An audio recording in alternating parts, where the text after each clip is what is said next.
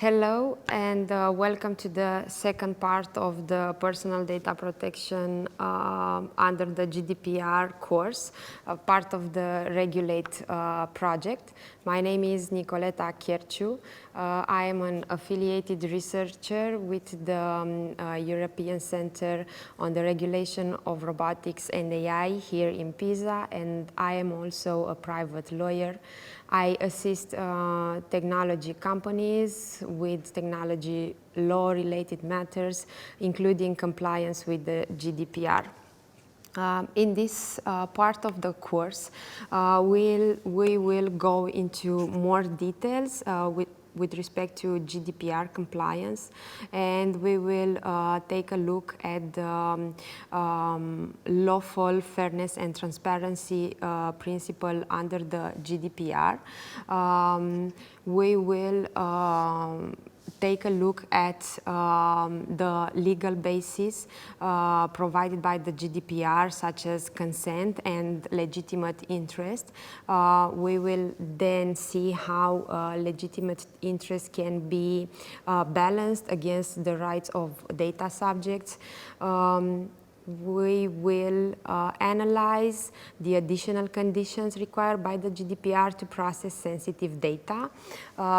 Then we will see how the transparency principle can be complied with, including by taking a narrow and closer look at privacy notices content, and then we will see which are the procedures and the policies an organization should implement in order to be GDPR compliant, and then we will see what an organization should be specifically take into account from a GDPR compliance standpoint once when implementing third-party AI tools, and then when developing such tools.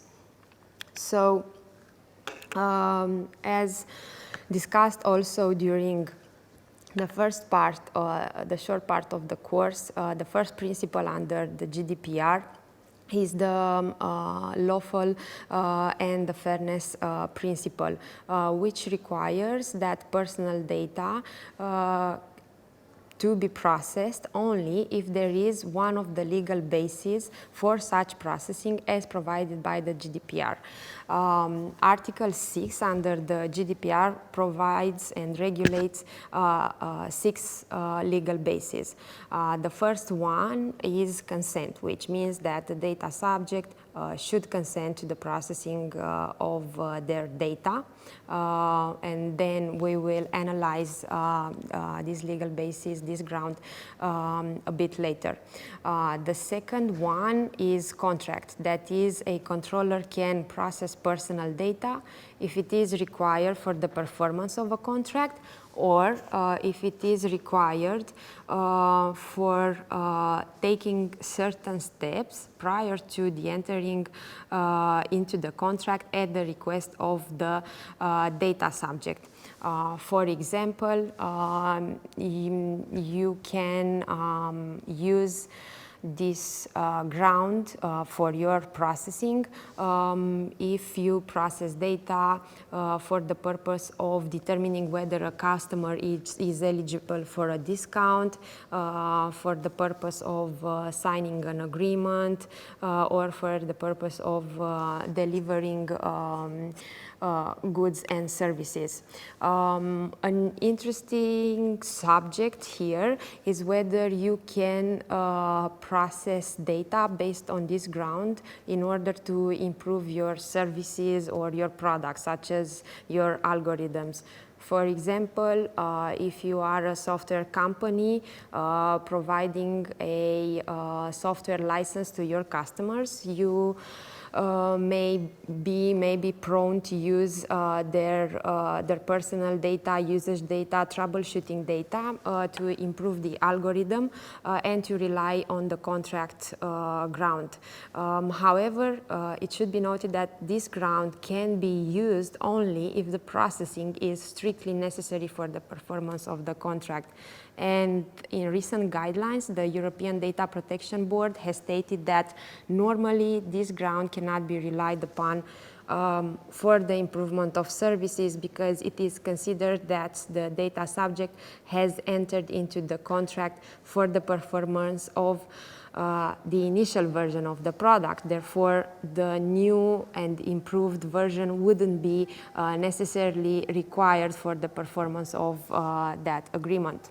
The third ground for the lawful processing of personal data under the GDPR is the legitimate interest one, which we will also analyze in more detail throughout this course. But it should be noted that it allows for the processing of personal data which is necessary in order to achieve the legitimate interests of the controller, provided these interests are not overridden by the fundamental rights of the data subjects, which can be the case especially when the data subject is a child.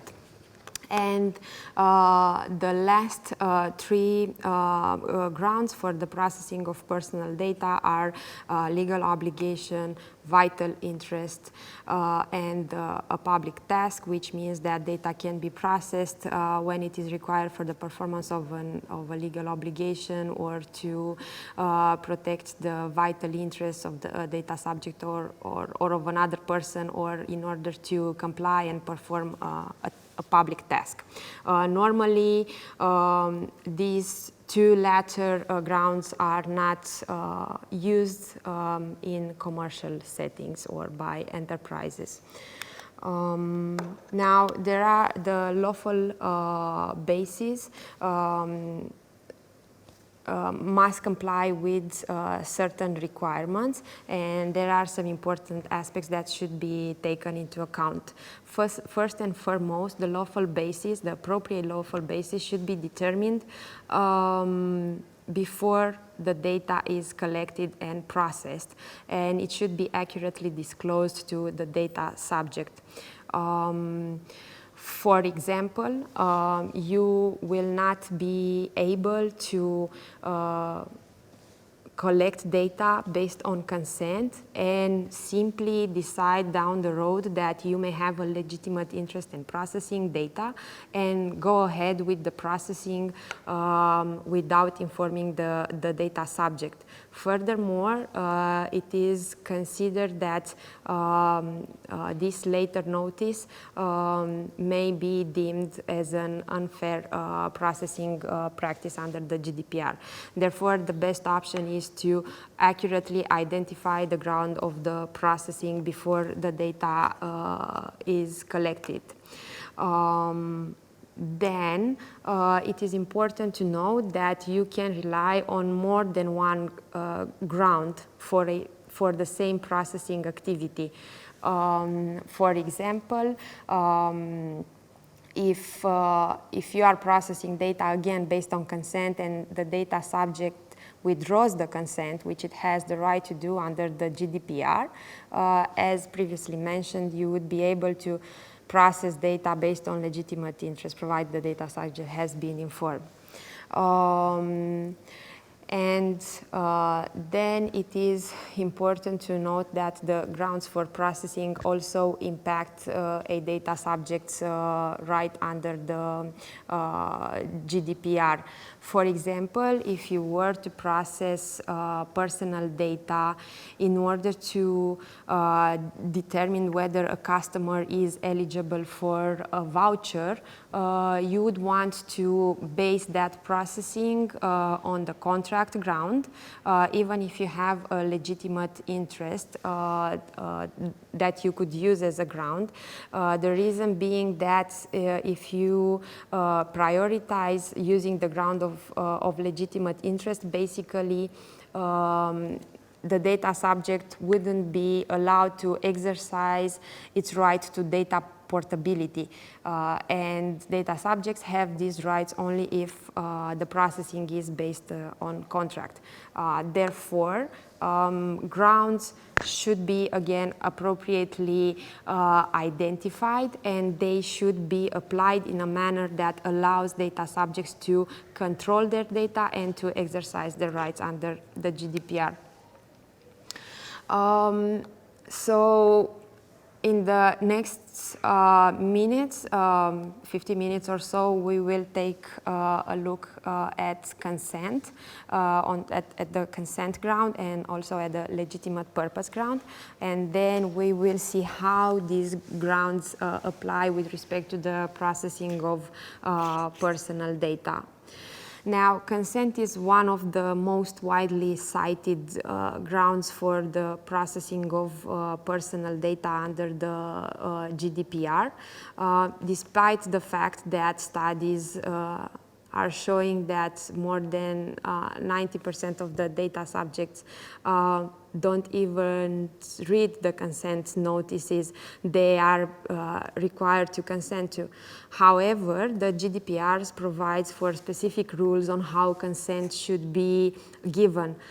Namely, consent should be a clear affirmative act, and it should be freely given, it should be specific, and it should provide an ambiguous agreement to the processing of personal data.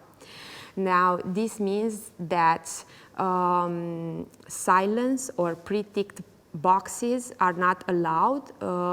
Therefore, consent requires an affirmative opt-in. Also, the GDPR requires consent to be granular, which means that it should be given for each processing activity separately. For example, if you are processing personal data for marketing purposes and also requesting consent for data sharing, the data subject should have the option to consent to only one of these two processing activities. Then consent should be informed, and consent is informed when the transparency principle is being complied with, which means that the data subject is provided with all the relevant information, including the purposes for which the data is being processed. Now, it is also important, in order for consent to be specific, that it is unbundled from other terms and conditions, and it should be provided in a friendly and a clear language, and it should also, for example, consent shouldn't be tied to other conditions, otherwise it will not be deemed as freely given. One example would be a case where the provision of a service is conditioned upon the giving of consent by the data subject. This is the case when an individual will not have access to a website or to a specific content if it doesn't give consent, for example, for let's say advertising purposes or marketing activities. Another important and undesirable practice which affects consent under the GDPR is the use of deceptive dark patterns, which are basically those practices which stir the data subject into unknowingly accepting the processing of its data. This is the case, also the case when the data subject is being confronted with too much information, or when UI and UX features of the product direct the data subject towards accepting the consent notice. And these practices have been found again as not as impacting the freely given characteristic of consent under the GDPR. And these practices are also prohibited by customer laws, not only by the GDPR, and also the Data Services Act is currently prohibiting such practices by online platforms, which is actually where most of these practices are being used. Then,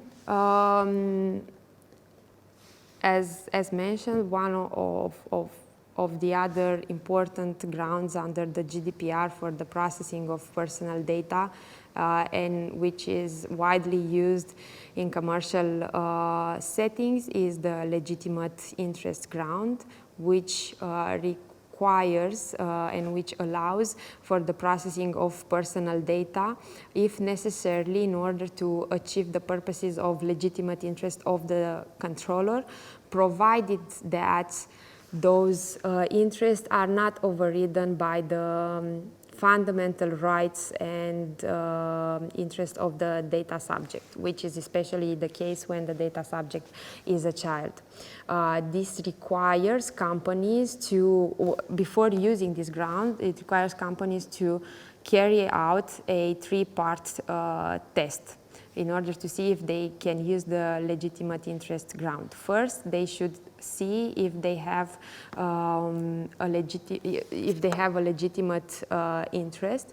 Then they should see if the processing of that data is strictly necessary in order to achieve that objective. That is, if the objective can be obtained through less intrusive ways, then those alternatives should be sought and implemented.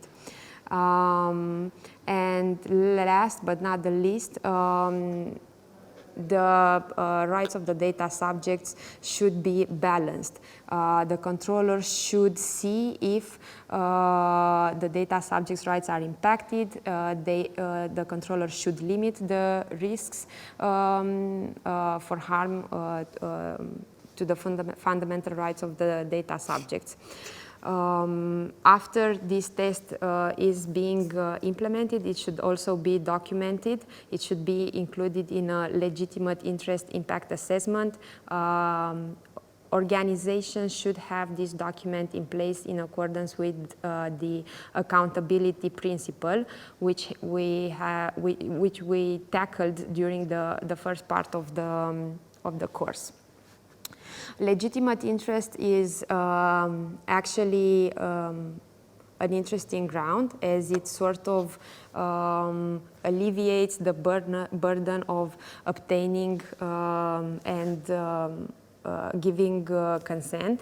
Legitimate interest has been used especially for advertisement purposes, including direct marketing purposes, which the GDPR allows.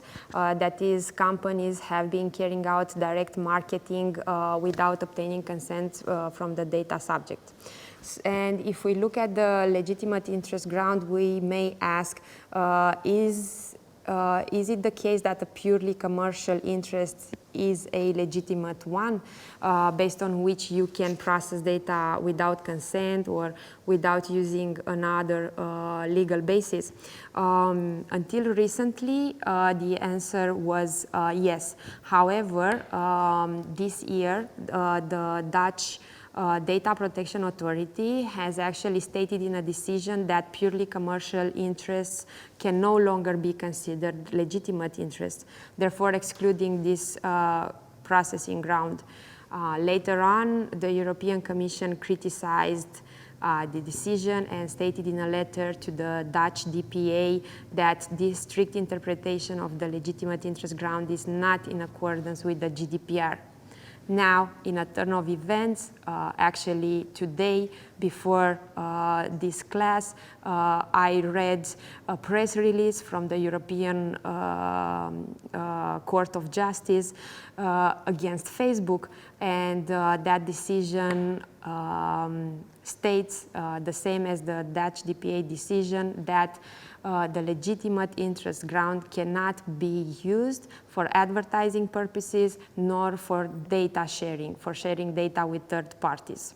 Therefore, until now, as of now, it seems that advertising and data sharing will be possible only based on consent mostly, or based on the performance of a contract. So these two grounds, they are applicable as such for the processing of personal data in general. However, there are certain special categories of personal data for which the GDPR provides additional requirements that should be complied with for the processing to be lawful and fair. This is the case of data that is sensitive to the rights and freedoms of natural persons, such as political beliefs, trade union, employment and social care law, health data, sexual orientation, so on and so forth. The GDPR provides for increased protection for these special categories of data, given that they also present a higher risk with respect to the fundamental rights of natural persons. This higher level of protection is being obtained by the fact that the GDPR provides additional requirements for the processing of sensitive data, such as explicit consent. It also allows for the processing of sensitive data from public sources, or when it is required to protect the vital interests of the data subject. Even, for example, taking into account the explicit consent additional requirement necessary to be complied with when processing data, it is important to note that the controller still needs to find a legal basis for the processing as provided by Article 6 of the GDPR. It means that in order to, for example, process health data, based on contract.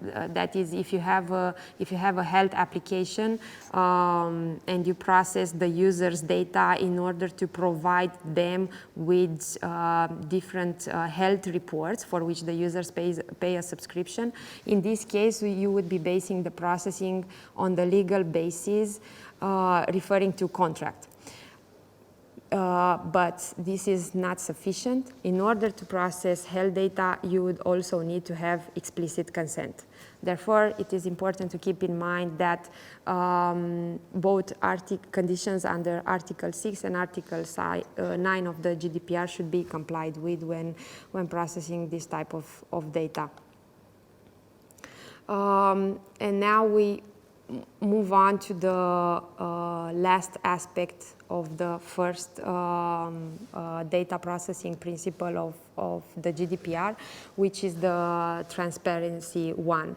Under the transparency principle, the GDPR mandates controllers to inform the users in a clear and plain and understandable language about the processing activities they are carrying. The information and the manner in which the information is being presented is crucial, and it's very important. It should be tailored to the target audience, especially when the data subject is a child. Normally, the transparency principle is being complied with through privacy notices. Unfortunately, no one reads these privacy notices because they are lengthy. However, the GDPR also provides that information with respect to data processing can be provided not only through these lengthy privacy notices, but also in a combination with standardized icons, basically in order to have this information easily visible. But again, this practice of using standardized icons is not yet widely used. The GDPR also provides that privacy notices should have a specific content. There is information explicitly regulated by the GDPR that should be put in these privacy notices.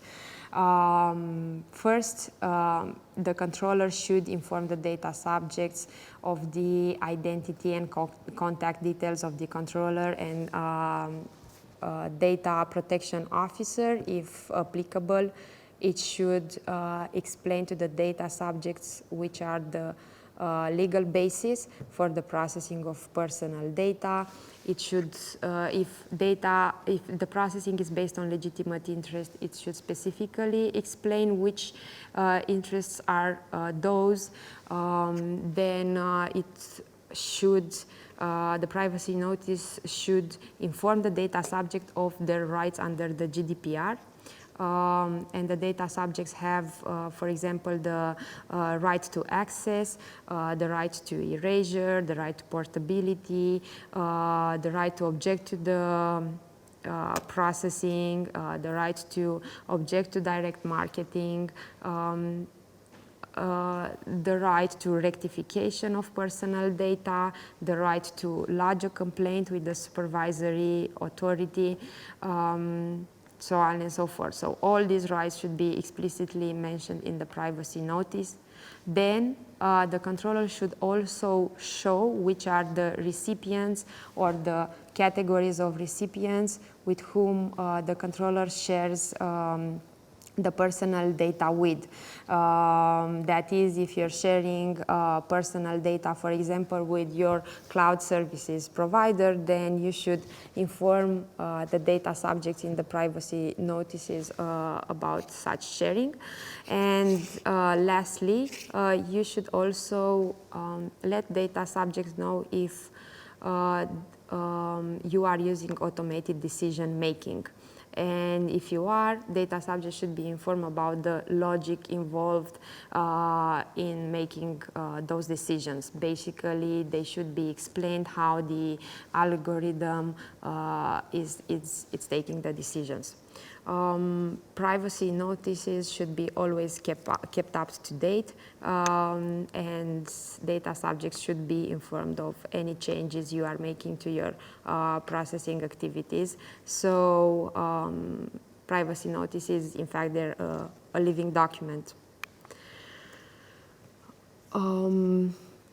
So now, after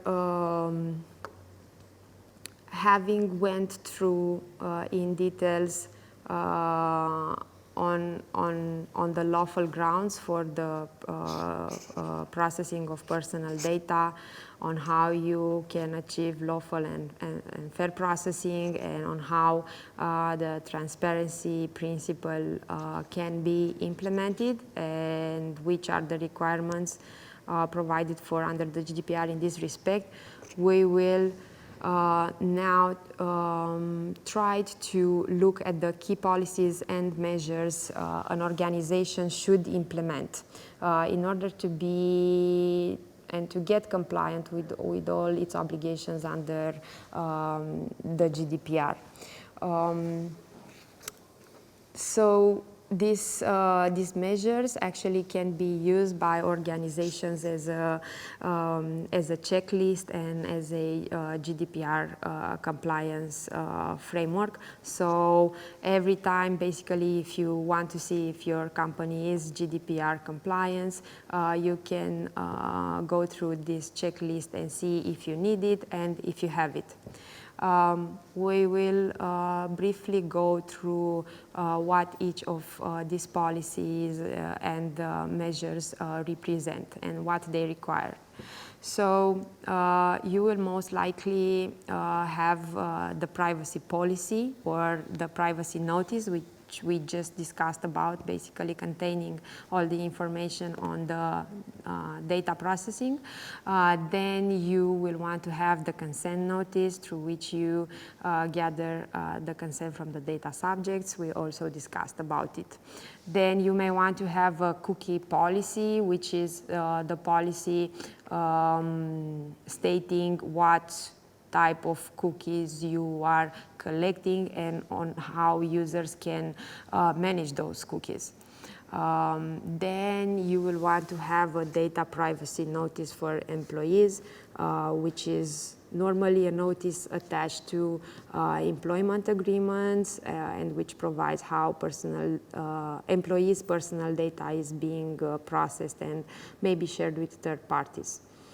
Then a company normally will have a data protection policy. This is actually an internal policy, and it outlines how the company complies with the GDPR. So it's an internal document, not a public-facing document, and it shows how the company complies with the privacy by design principle, for example, or the data minimization principle. Then, most likely, organizations should have an information security policy, which shows how your company complies with its security obligations under the GDPR. Including the measures taken for such compliance, such as access control, encryption, incident response planning, so on and so forth. Then, in accordance with the data minimization and storage limitation principle, you should have a data retention policy which shows for how long personal data should be kept and how it should be, how and when it should be safely discarded and deleted. Then the GDPR requires controllers to notify security breaches to data protection authorities. It also requires controllers to notify the data subjects of any security incidents. And in this case, you will want to have a data breach notification procedure, which will outline your compliance, the way in which you comply with these breach notification obligations. And it is really important to have this one because it will help you streamline compliance with these obligations.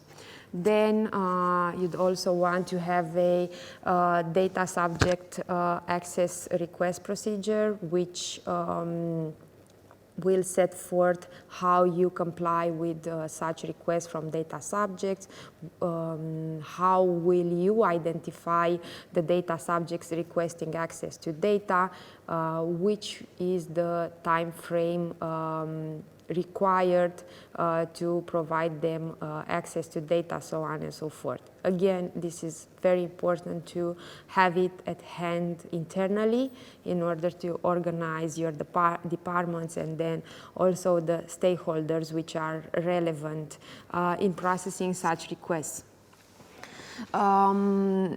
If your organization is part of a group of companies, you will most likely want to have an intercompany data transfer agreement, which provides how data is being transferred in the group and which are the obligations for data protection and data processing with respect to each affiliate.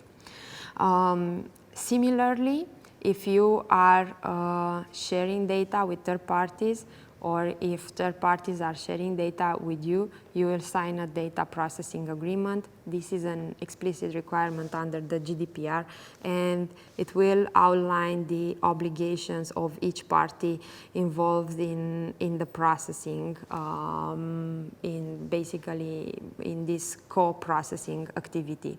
And it will provide for clear guidelines and rules on how each party should process data, on how they should cooperate when, for example, having to deal with data breaches, so on and so forth. Also, your company may want to have a privacy and security vendor assessment form, which basically is a streamlined method for gathering the relevant information from your vendors, which may also be the processors of your data. And you will need to get information from them on what security measures they have been implemented, how they are storing data, how they are processing data. Please know that this verification process is a specific requirement under the GDPR. It should be complied with, and basically this vendor form would simply assist the company in complying with this obligation faster. And then last but not the least, sometimes companies require to have a data protection impact assessment.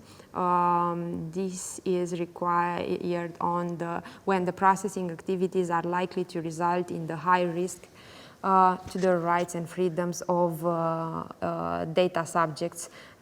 This would be the case when you are processing sensitive data or processing data at large scale, such as when, for example, training large language models with huge amounts of data, or when you are doing automated decision making, such as profiling. It is important to, if you have doubts on whether to carry out a data protection impact assessment or not, it is important to still have such an assessment as recommended by the European Data Protection Board. So now to conclude, as I have seen this being relevant with all the private actors that I work with, it's becoming very important to know what GDPR compliance obligations you have when you either use an AI tool or when you develop one. Considering that AI is becoming very widely used.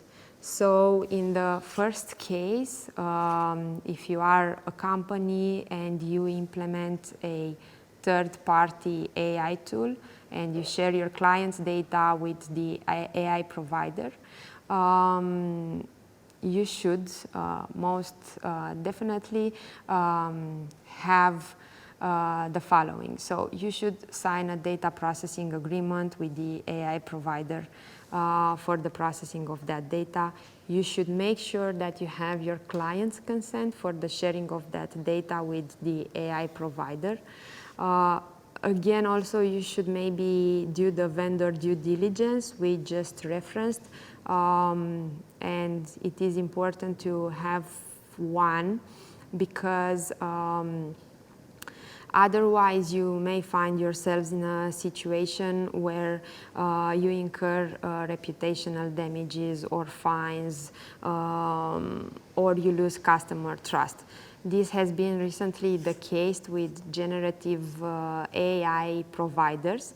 For example, reputable enterprise companies have prohibited their employees to use such tools because based on their due diligence process, they have deemed that the generative AI providers do not provide for sufficient security measures.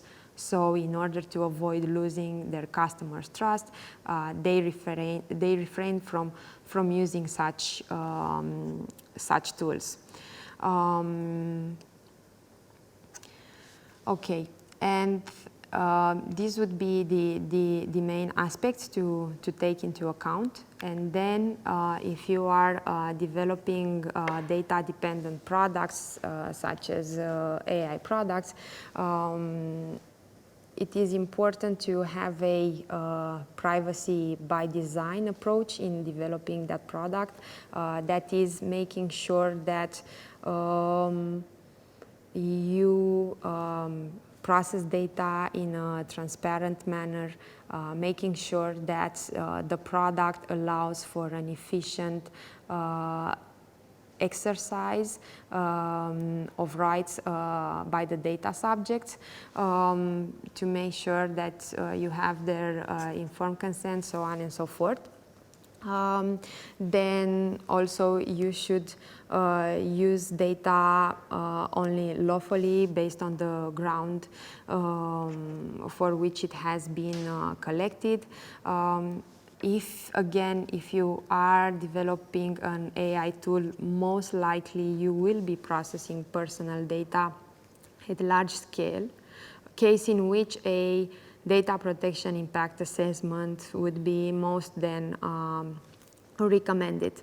And if, considering that, again, we are talking about AI tools, they most likely involve automated decision making, in which case the GDPR requires you to comply with your explainability obligations under the GDPR. That is providing the data subjects with relevant information on the logic involved for the data processing, and if this automated decision making is likely to have significant effects or significantly impact the data subject's rights, such as, for example, when employment, when CVs are being screened for employment by AIs, or when university applications are screened by AI,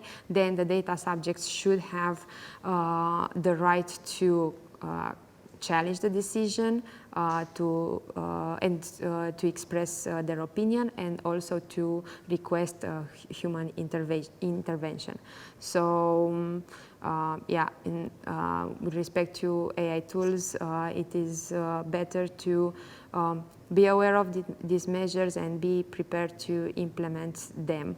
And also, in order to be able to comply with the explainability measures, it also matters to take the GDPR into account as fast as possible and document your processing activities.